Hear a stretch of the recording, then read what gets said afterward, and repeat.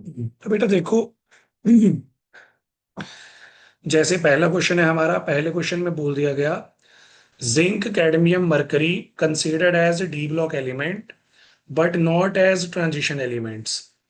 Zinc cadmium mercury को हम D block element तो बोलते हैं, ट्रांजिशन एलिमेंट नहीं बोलते हैं। बेटा ट्रांजिशन एलिमेंट के लिए ना मैंने आपको तीन डेफिनेशंस बताई थी। पहली डेफिनेशन क्या थी बेटा? वो एलिमेंट्स जो वेरिएबल ऑक्सीडेशन स्टेट शो करते हैं। दूसरी डेफिनेशन मैंने बताई थी ऐसे एलिमेंट्स जो अपने करेक्टर को या बिहेवियर को चेंज करते हैं from most electropositive to least electropositive बेटा। और तीसरा मैंने बताया था ट्रांजिशन एलिमेंट वो होते हैं विच have partially field T subshell.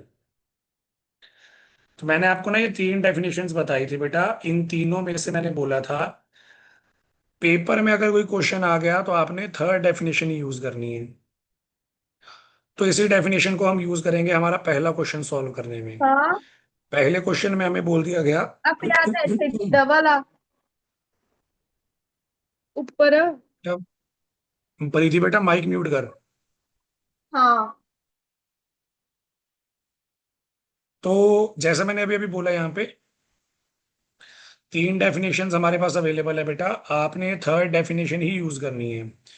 तो आप बोलोगे जिंक कैडमियम मरकरी को हम डी ब्लॉक एलिमेंट तो मानते हैं क्योंकि उनका लास्ट इलेक्ट्रॉन डी सबशेल में आ रहा है, लेकिन हम इन्हें ट्रांजिशन एलिमेंट नहीं मान सकते क्योंकि जिंक कैडमियम मरकरी तीनों में बेटा फुली फिल्ड इलेक्ट्रॉनिक कन्फिग्रेशन होती है, एटॉमिक स्टेट में भी और आयनिक स्टेट में भी। मतलब चाहे ये एटम की फॉर्म में हो, फ्री फॉर्म में, चाहे ये कंबाइंड फॉर्म में हो, ये हमेशा बेटा आपको फुली फिल्ड ही मिलेंगे। इसलिए हम इन्हें ट्रांजिशन एलिमेंट नहीं मानते। तो आप सीधी सी बात यही लिखोगे कि zinc cadmium mercury are not considered as transition metal due to their fully filled d subshell in atomic state और आयनिक स्टेट। बेटा एटॉमिक स्टेट में भी आयनिक स्टेट में भी आप इनको फुली फिल्ड ही देखोगे। नेक्स्ट है हमारे पास हमारा सेकंड क्वेश्चन बेटा, what are transition elements, write two characteristics of transition elements.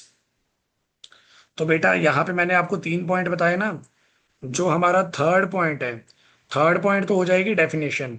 Transition element क्या होते हैं बेटा? Those element which have partially filled d subshell, which have partially filled d subshell in atomic state as well as ionic state. बेटा चाहे atomic state हो चाहे आयनिक state हो, जिनके पास पार्शियली फिल्ड डी सबशेल होता है बेटा वो होते हैं transition elements. Write two characteristics of transition element, तो ये जो पहले दो पॉइंट मैंने आपको लिखवाए इनको आप एज ए करेक्टरिस्टिक यूज कर सकते हो। ट्रांजिशन एलिमेंट्स की पहली करेक्टरिस्टिक ये होती है कि वो वेरिएबल ऑक्सीडेशन स्टेट शो करते हैं। दूसरी करेक्टरिस्टिक ये होती है बेटा, ये अपने बिहेवियर में चेंज शो करते हैं from most electropositive to least electropositive. अगर आपको ये वाले दो करेक्टरिस्टिक अच्छे नहीं लगे तो जितनी भी प्रॉपर्टीज मैंने आपको करवाई हैं आप लिख सकते हो बेटा। ट्रांजिशन मेटल की करेक्टरिस्टिक है कि वो मैग्नेटिक प्रॉपर्टी शो करते हैं, वो कलर शो करते हैं बेटा। ट्रांजिशन मेटल एलॉय बनाते हैं, ट्रांजिशन मेटल कॉम्प्लेक्स बनाते हैं, ट्रांजिशन मेटल कैटलिस्ट की तरह बिहेव करते हैं, ट्रांजिशन मेटल जो होते हैं बेटा वो इंटरस्टिशियल कंपाउंड बनाते हैं। मतलब जितनी मर्जी आप यहाँ पे रीजन दे सकते हो बेटा। दो ही करेक्टरिस्टिक पूछी हैं, आप कोई भी प्रॉपर्टी लिख दोगे ना वो करेक्टरिस्टिक में काउंट हो जाएगी। तो इस तरह से हम ये क्वेश्चन जो है वो सॉल्व करने हैं बेटा। नेक्स्ट देखो, नेक्स्ट है हमारा third question, which of the following property of transition metal enables them to behave as catalyst. इन चारों में से ऐसी कौन सी प्रॉपर्टी है बेटा जो ट्रांजिशन मेटल को कैटलिस्ट बनने के लिए मजबूर करती है? तो कौन सी प्रॉपर्टी थी बेटा? Variable oxidation state. क्योंकि ट्रांजिशन मेटल अपनी ऑक्सीडेशन स्टेट को चेंज कर सकते हैं, इस वजह से बेटा हम यहाँ पे इन्हें एज ए कैटलिस्ट यूज कर सकते हैं। आपको ना मैंने ये एग्जांपल भी करवाया था बेटा, SO2 वाला। SO2 में V2O5 ऐड हो जाता है, बन जाता है SO3 V2O4। तो यहाँ वेनेडियम जो है वो एज ए कैटलिस्ट बिहेव कर रहा है बेटा, अपनी ऑक्सीडेशन स्टेट को चेंज करके। जब अपने पास V2O5 था तो ऑक्सीडेशन स्टेट +5 थी, SO2 के साथ रिएक्ट करके इसने अपनी ऑक्सीडेशन स्टेट को चेंज कर लिया बेटा। इसी प्रॉपर्टी की वजह से एज ए कैटलिस्ट बिहेव कर सकता है। क्वेश्चन नंबर 4 अभी हमने नहीं करना है बेटा। क्वेश्चन नंबर 4 जो है ना, ये ई नॉट वैल्यू पे डिपेंडेंट है। ई नॉट वैल्यू वाली प्रॉपर्टी अभी हमने पढ़ी नहीं है, तो इसलिए हम उसको अभी नहीं पढ़ेंगे बेटा। नेक्स्ट हमारे पास आएगा बेटा, incorrect statement about interstitial compounds. Interstitial compounds के बारे में गलत स्टेटमेंट कौन सी है, इनमें से वो गलत स्टेटमेंट बतानी है। तो गलत स्टेटमेंट पता होने से पहले ना हमें सही स्टेटमेंट पता होनी चाहिए बेटा। इंटरस्टिशियल कंपाउंड जब मैंने आपको पढ़ाए थे ना, तो मैंने आपको इनके बारे में कम से कम 5 बातें बताई थी बेटा। वो 5 बातें मैं आपको बता देता हूँ। सबसे पहले मैंने बताया था जो इंटरस्टिशियल कंपाउंड होते हैं ना, ये नॉन स्टॉक्योमेट्रिक होते हैं बेटा। दूसरी बात मैंने आपको बताई थी, इंटरस्टिशियल कंपाउंड जो होते हैं ये ना ही कोवलेंट होते हैं नेचर में, और ना ही प्योरली आयनिक होते हैं बेटा, मिक्स नेचर के होते हैं। जो हमारे पास इंटरस्टिशियल कंपाउंड होते हैं ये हार्ड होते हैं बेटा, रिजिड होते हैं। इंटरस्टिशियल कंपाउंड जो होते हैं वो प्योर मेटल जैसी ही कंडक्टिविटी शो करते हैं, मतलब कंडक्टिविटी में जरा सा भी चेंज नहीं आता। और लास्ट बात थी कि जो हमारे इंटरस्टिशियल कंपाउंड होते हैं वो केमिकली इनर्ट हो जाते हैं बेटा, रिएक्ट करना बंद कर देते हैं। तो यहाँ पे हमारे पास पहला ही पॉइंट गलत हो गया। इसका मतलब उन्होंने बोला they are chemically reactive. Interstitial compound chemically reactive नहीं होते, ये स्टेटमेंट इनकरेक्ट है बेटा, वो केमिकली इनर्ट होते हैं। तो यही चीज आपको यहाँ पे ध्यान रखनी है। नेक्स्ट है हमारे पास हमारा 6th क्वेश्चन बेटा, out of the following transition element the maximum number of oxidation states are shown by. इनमें से मैक्सिमम ऑक्सीडेशन स्टेट्स कौन शो करता है, आपको ये बताना है बेटा। तो मैंने आपको प्रॉपर्टी पढ़ाई है ये वाली। ऑक्सीडेशन स्टेट जो होती है ना बेटा, वो सेंटर में मैक्सिमम होती है। मैसेज आए हैं। थर्ड नहीं बेटा, थर्ड वाला कैसे कह रहे हो आप अर्श? थर्ड पॉइंट तो सही है बेटा, दे रिटेन मेटेलिक कंडक्टिविटी। वो अपनी कंडक्टिविटी रिटेन करते हैं बेटा, ना बढ़ाते हैं ना कम करते हैं। यानी कि वो अपनी प्योर मेटल्स वाली ही कंडक्टिविटी शो करते हैं सर बेटा। मैं ये सिक्स का पॉइंट तो थर्ड कह करेक्ट रहा है, हूँ। हमें इनकरेक्ट बताना था। क्या कह रहे हो बेटा? सिक्स्थ का थर्ड कह रहा हूँ मैं, फिफ्थ का तो फर्स्ट ही आएगा। हाँ जी हाँ जी हाँ जी, ठीक है बेटा। चलो, तो हम पढ़ रहे थे हमारा 6th क्वेश्चन। 6th क्वेश्चन यही था, maximum number of oxidation states कौन शो करेगा। तो मैंने आपको पढ़ाया था बेटा, जो मैक्सिमम ऑक्सीडेशन स्टेट होती है ना वो आपको मिडल ऑफ द सीरीज में मिलती है, क्योंकि मिडल ऑफ द सीरीज में ज्यादा से ज्यादा अनपेयर्ड इलेक्ट्रॉन प्रेजेंट होती हैं बेटा। तो मिडल सीरीज में हमारे पास दो आ रहे हैं, एक आ रहा है क्रोमियम और एक आ रहा है मैंगनीज। अब दोनों में से जो करेक्ट आंसर है वो मैंगनीज है बेटा। आप चेक कर सकते हो, मैंने आपको नोट्स में बताया हुआ है। क्रोमियम जो है वो 5 तरह की ऑक्सीडेशन स्टेट शो करता है बेटा, लेकिन मैंगनीज जो होता है वो +7 तक जाता है, एक फालतू करता है। इसलिए मैंगनीज की ऑक्सीडेशन स्टेट सबसे ज्यादा आएगी बेटा। तो 6th क्वेश्चन जो है उसका ऑप्शन सी हो जाएगा हमारे पास। नेक्स्ट है बेटा हमारे पास हमारा 7th question, assertion reason. Assertion हमें बोला गया ट्रांजिशन मेटल जो होते हैं उनके मेल्टिंग पॉइंट काफी हाई होते हैं बेटा। कल हमने पढ़ा था, ये बिल्कुल सही है। ट्रांजिशन मेटल्स के हाई मेल्टिंग पॉइंट होते हैं due to the presence of unpaired electron जो मेटेलिक बॉन्ड शो करते हैं। इसका रीजन हमें दिया, ट्रांजिशन मेटल्स है वो कंप्लीटली फिल्ड डी ऑर्बिटल्स। तो ये रीजन तो गलत है बेटा। अगर डी ऑर्बिटल कंप्लीटली फिल्ड होंगे तो मेटेलिक बॉन्ड बनेगा ही नहीं, फिर कहां से हाई मेल्टिंग पॉइंट आएगा। एसर्शन सही है बेटा, रीजन गलत है, इस वजह से सी ऑप्शन हम चूज करेंगे। यहाँ पे सी ऑप्शन मेंशन नहीं है, बट आप आगे देखोगे आपको दिख जाएगा, सी ऑप्शन ही करेक्ट ऑप्शन आएगा बेटा। ठीक है। देन है हमारे पास हमारा 8th क्वेश्चन। 8th क्वेश्चन है transition metals have low melting points. तो ये गलत हो गया बेटा। अभी अभी तो पढ़ा हमने, हाई मेल्टिंग पॉइंट होते हैं। एसर्शन ही रॉन्ग है बेटा। अगर किसी क्वेश्चन में एसर्शन रॉन्ग आ जाए ना, इसका मतलब आपने डी ऑप्शन चूज करना होता है बेटा। एसर्शन रीजन में डी ऑप्शन होएगा, assertion is wrong, reason is correct. ठीक है। तो ये हमारे पास हमारा 8th क्वेश्चन है। 9th क्वेश्चन मैं आपको ऑलरेडी करवा चुका हूं बेटा। 9th क्वेश्चन है, why cadmium zinc mercury are non transition element. Because इनका जो डी सब शेल होता है वो फुली फिल्ड होता है बेटा, एटॉमिक स्टेट में भी और आयनिक स्टेट में भी। ठीक है। 10th क्वेश्चन देखो, ये मैंने आपको नोट्स करवाते टाइम बताया भी था। 10th क्वेश्चन में मैं बोला गया, विच transition metal of 3D series does not show variable oxidation state. अब देख लो बेटा, 3D सीरीज में स्कैंडियम और जिंक ऐसे एलिमेंट हैं जो वेरिएबल ऑक्सीडेशन स्टेट शो नहीं करते, लेकिन इसने मेंशन कर दिया यहां पे बेटा ट्रांजिशन मेटल वर्ड। इसका मतलब आपने जिंक को रिजेक्ट कर देना है, बिकॉज जिंक ट्रांजिशन मेटल नहीं है। तो यहाँ पे जो आप आंसर अब दोगे ना, वो स्कैंडियम आंसर दोगे। जो बच्चे जिंक आंसर लिख के आएंगे ना, उनका गलत हो जाएगा बेटा। तो ये आपने थोड़ा सा इसको ध्यान से देखना है। नेक्स्ट क्वेश्चन है बेटा 11th question, why transition metals and their compounds show catalytic property. Transition metals और उनके कंपाउंड जो हैं वो कैटालिटिक प्रॉपर्टी क्यों शो करते हैं बेटा। बेटा अब ये क्वेश्चन ना 1 नंबर में है, तो इसको एक्सप्लेन करने मत बैठ जाना पूरी तरह, जैसे मैंने करवाया हुआ है नोट्स के अंदर।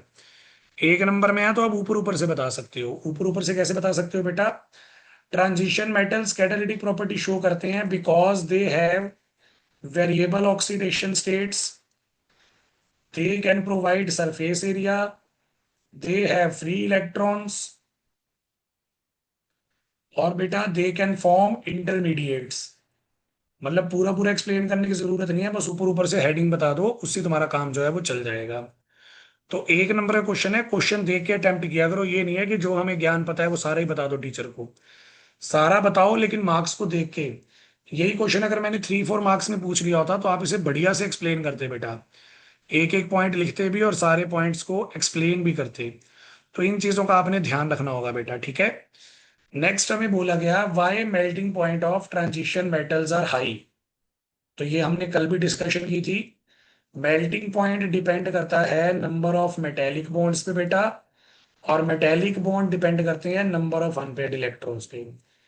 क्योंकि ट्रांजिशन मेटल्स के पास अनपेयर्ड इलेक्ट्रॉन होते हैं बेटा, इसलिए वो ज्यादा मेटेलिक बॉन्ड बनाते हैं और हाई मेल्टिंग पॉइंट शो करते हैं बेटा। तो ये हमारा 12th क्वेश्चन का आंसर आ जाएगा।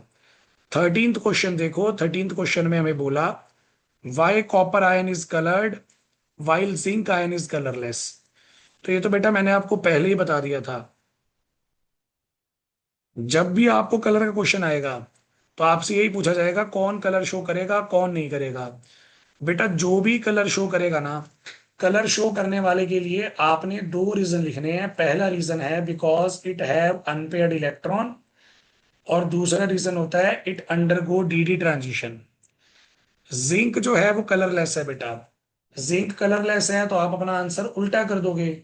Zinc do not have unpaired electron and hence it does not undergo DD transition बेटा। ना इसके पास अनपेयर्ड इलेक्ट्रॉन है, ना ये डीडी ट्रांजिशन को शो करेगा। इस वजह से हमने बेटा यहाँ पे आंसर जो है वो इस फॉर्म में देना है। कलर का कोई भी क्वेश्चन आ जाए पेपर में, कलर का कोई भी क्वेश्चन आएगा ना, तो आपने हमेशा यही बोलना है, जो कलर शो करेगा उसके लिए d d transition yes unpaired electron के साथ, और जो कलर शो नहीं करेगा उसके लिए d d transition no paired electrons के साथ। ठीक है। क्वेश्चन नंबर 14 देखो बेटा, ये मैं करवा भी सकता हूं और नहीं भी करवा सकता। नहीं करवा सकता क्योंकि मैंने आपको अभी ई नोट वाला टॉपिक पढ़ाया नहीं है, और करवा सकता हूं क्योंकि हमने 10th क्लास तो पढ़ी हुई है बेटा। जिंक और टिन में से आयरन को प्रोटेक्ट करने के लिए बेटर ऑब्जेक्ट कौन है, जो दोनों में से मोर रिएक्टिव है बेटा। जिंक जो है वो टिन से ज्यादा रिएक्टिव है, इसलिए हम जिंक को यूज करते हैं आयरन ऑब्जेक्ट्स को प्रोटेक्ट करने के लिए। ठीक है। एक सेकंड।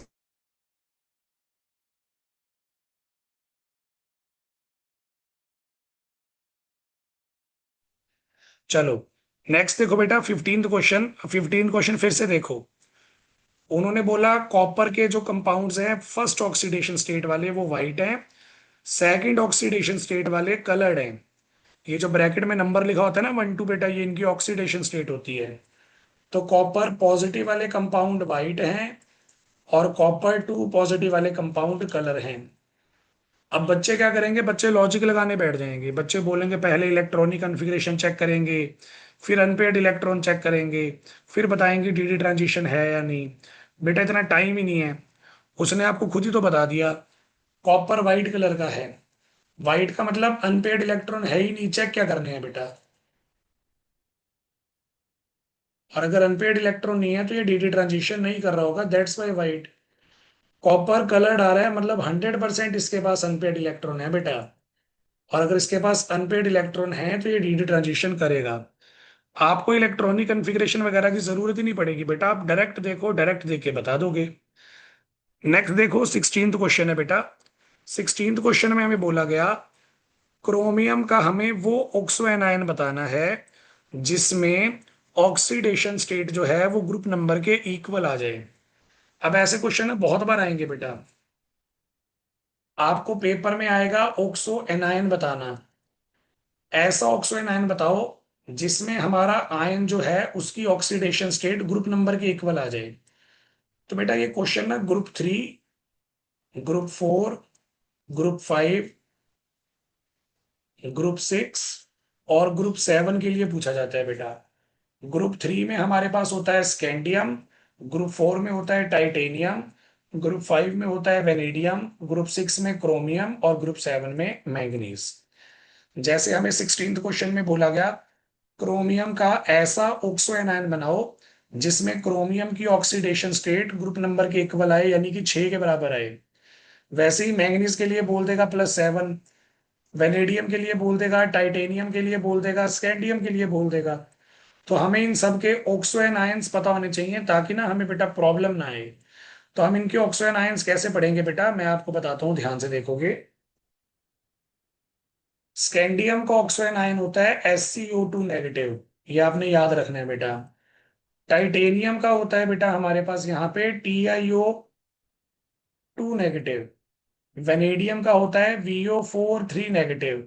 क्रोमियम के दो होते हैं बेटा, एक होता है क्रोमेट और एक होता है डाइक्रोमेट। आप दोनों में से कोई भी याद रख सकते हो। दोनों के दोनों ऑक्सो एनायन है, दोनों में ऑक्सीडेशन स्टेट ग्रुप नंबर के इक्वल ही आ रही है। और इसमें हम यूज करते होते हैं बेटा पर मैग्नेट आयन। ठीक है। तो ये सारे एग्जाम्पल आपको याद रखने हैं, कोई भी क्वेश्चन आ जाए आप अटेम्प्ट कर सकते हो। 16 तक कोई भी डाउट है तो पूछो बेटा।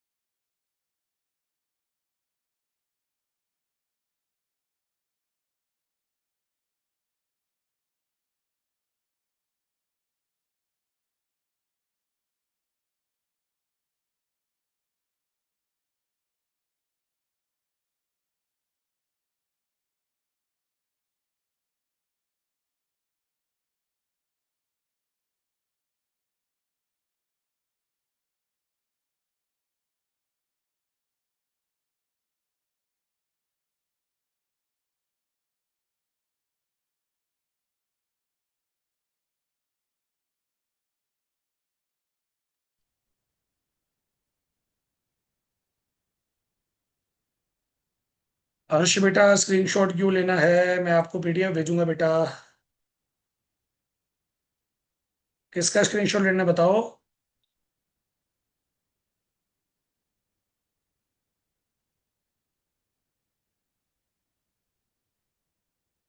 क्लास खत्म होते ही PDF भेज दूंगा बेटा मैं, स्क्रीनशॉट लेके क्या करोगे आप। और ये वाली बुक जो बस इस सर बुक्स पीडीएफ में भेज क्वेश्चंस देना। आपको करवा रहा हूँ, ये बुक मैंने आपको PDF सेंड की हुई है बेटा गूगल ड्राइव पे, आप चेक कर सकते हो। MTG के नाम से होगी, पेज नंबर 101 है बेटा। 101 पेज नंबर है, आप चेक कर सकते हो।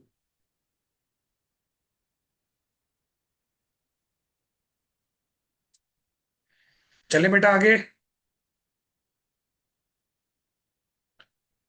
16 क्वेश्चन हुए हैं, जान निकल गई है बोल बोल के। चलो अगला क्वेश्चन देखो बेटा, क्वेश्चन नंबर 17 में भी सेम देखो, आ गया ना क्वेश्चन मैंगनीज का। मैंगनीज का वो ऑक्सो एनायन बताओ जिसमें ऑक्सीडेशन स्टेट ग्रुप नंबर की इक्वल आएगी, अभी मैंने पीछे बताया पर मैग्नेट आयन बेटा। ठीक है। क्वेश्चन नंबर 18 हमें पूछा गया why transition metals form coloured compound. तो बेटा अनपेयर्ड इलेक्ट्रॉन्स, डी ट्रांजिशन, इसलिए कलर कंपाउंड बनते हैं बेटा। जिंक सॉल्ट वाइट होते हैं, कॉपर के सॉल्ट कलर्ड होते हैं। फिर से देखो, जिंक के सॉल्ट वाइट हैं, इसका मतलब no unpaired electron, d transition होएगी नहीं बेटा। कॉपर के पास कलर आ रहा है, यानी कि कॉपर के पास अनपेयर्ड इलेक्ट्रॉन होंगे। तो क्वेश्चंस का तरीका चाहे चेंज हो जाए बेटा, कंसेप्ट चेंज नहीं होगा, कंसेप्ट तो यही रहेगा। जैसे 20th क्वेश्चन देखो आप, why do transition element show variable oxidation state. अब ये पॉइंट भी मैंने आपको करवाया हुआ है बेटा नोट्स में। Transition element variable oxidation state कैसे शो करते हैं या क्यों शो करते हैं बेटा? क्योंकि ट्रांजिशन एलिमेंट में वैलेंस शेल भी पार्टिसिपेट करता है और पिनल्टीमेट शेल भी पार्टिसिपेट करता है। दोनों के पार्टिसिपेशन की वजह से हमारे जो ट्रांजिशन एलिमेंट होते हैं वो वेरिएबल ऑक्सीडेशन स्टेट शो करते हैं बेटा। डिटो पॉइंट मैंने आपको कॉपी में लिखवाया हुआ है। बहुत सारे क्वेश्चंस आपके नोट्स में से कवर हो जाएंगे, वो नोट्स हमने डिजाइन इस तरीके से किए हैं बेटा। नेक्स्ट है हमारे पास हमारा 21st question, calculate the spin only movement of cobalt. Cobalt की स्पिन ओनली मूवमेंट निकालनी है बेटा। कोबाल्ट की इलेक्ट्रॉनिक कॉन्फ़िगरेशन होती है 3d7 4s2। कोबाल्ट 2 पॉजिटिव का मतलब आउटर शेल से 2 इलेक्ट्रॉन निकल गए बेटा, 3d7। अब 3d7 में अनपेयर्ड इलेक्ट्रॉन कितने हैं, इसके लिए आप ऑर्बिटल डायग्राम बनाओ। ऑर्बिटल डायग्राम जब हम बनाएंगे तो हम देखेंगे दो ऑर्बिटल्स में पेयरिंग हो गई है बेटा, 3 इलेक्ट्रॉन्स अनपेयर्ड हैं हमारे पास। अब 3 इलेक्ट्रॉन अनपेयर्ड हैं तो लगा दो फॉर्मूला, फॉर्मूला था बेटा n × n+2। पुट करोगे तो √15 आ जाएगा, यानी कि अप्रोक्सीमेट 3.9 बोहर मैग्नेटॉन आंसर आ जाएगा बेटा। बहुत ही सिंपल क्वेश्चन है, क्लास में भी करवाए थे बेटा मैंने आपको। नेक्स्ट हमारे पास आ गया 22 क्वेश्चन। 22 क्वेश्चन में हमें बोला गया give reason and select one atom which will show that property. हमें रीजन भी देना है और हमें यह भी बताना है कि इनमें से कौन सा एक आयन है जो प्रॉपर्टी शो करेगा जो हमने इंडिकेट की हुई है। जैसे स्कैंडियम और क्रोमियम में से डायामैग्नेटिक कौन होगा? स्कैंडियम विल बी डायामैग्नेटिक बेटा, क्योंकि इसके अंदर डी के पास इलेक्ट्रॉन ही नहीं है। डी के अंदर अनपेड इलेक्ट्रॉन नहीं है तो इसका मतलब मैग्नेटिक प्रॉपर्टी शो नहीं होगी, डायामैग्नेटिक बिहेवियर आएगा बेटा। देन क्रोमियम और कॉपर में से हाई मेल्टिंग बॉइलिंग पॉइंट किसका आएगा? क्रोमियम का आएगा बेटा, बिकॉज क्रोमियम के पास 6 अनपेड इलेक्ट्रॉन है, क्रोमियम 6 मेटेलिक बॉन्ड बनाएगा। कॉपर के पास सिर्फ एक अनपेड इलेक्ट्रॉन है, कॉपर एक मेटेलिक बॉन्ड बनाएगा। जितने ज्यादा मेटेलिक बॉन्ड बनते हैं बेटा, मेल्टिंग पॉइंट बॉइलिंग पॉइंट का स्ट्रेंथ उतना ज्यादा आता है। नेक्स्ट है हमारे पास 23rd क्वेश्चन।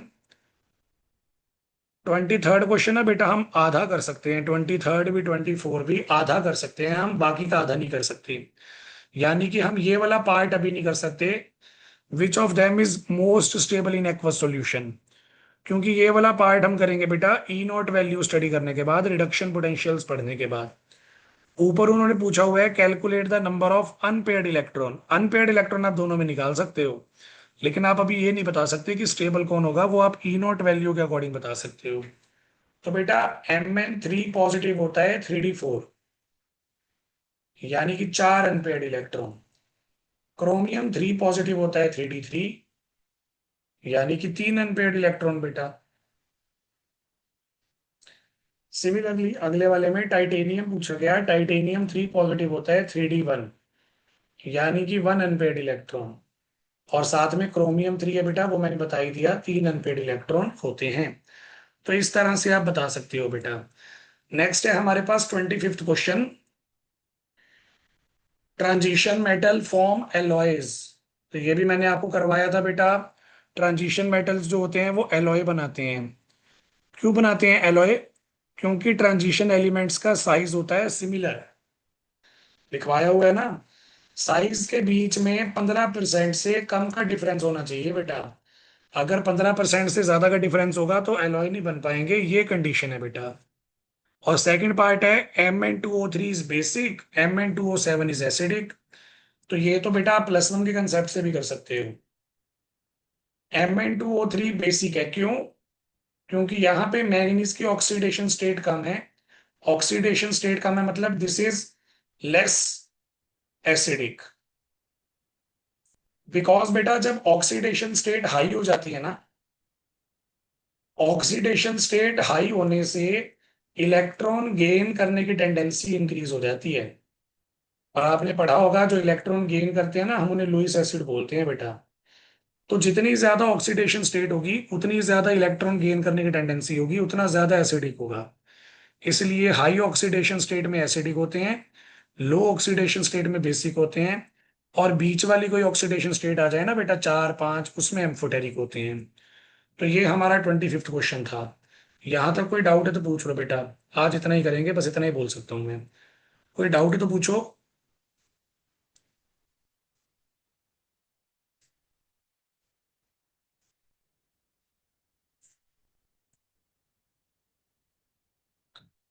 चलो ठीक है बेटा, आज इतना ही डिस्कस करेंगे हम। इसके आगे भी थे कुछ क्वेश्चंस वैसे, ये आप ट्राई कर सकते हो बेटा। मैं आपको बता देता हूँ, आप 26 मत करना, अभी ई नोट हमने किया नहीं है बेटा। 27 मत करना। उसके अलावा बाकी सारे आप कर सकते हो, कोई प्रॉब्लम नहीं है। ये वाला भी नहीं कर सकते, सॉरी, अभी सेकंड पार्ट भी। बाकी सारे आप कर सकते हो बेटा, इन क्वेश्चंस को आप ट्राई करोगे। जो आपसे हो जाए अच्छी बात है, जो ना हो वो कल पूछना। प्रॉपर्टीज जो हमने करनी है ना बेटा आगे, वो हम कल से शुरू करेंगे। पहले आपके डाउट ले लेंगे, फिर प्रॉपर्टी शुरू करेंगे बेटा। ठीक है, मैं अटेंडेंस ले लूँ बेटा, फिर हम क्लास लीव करेंगे।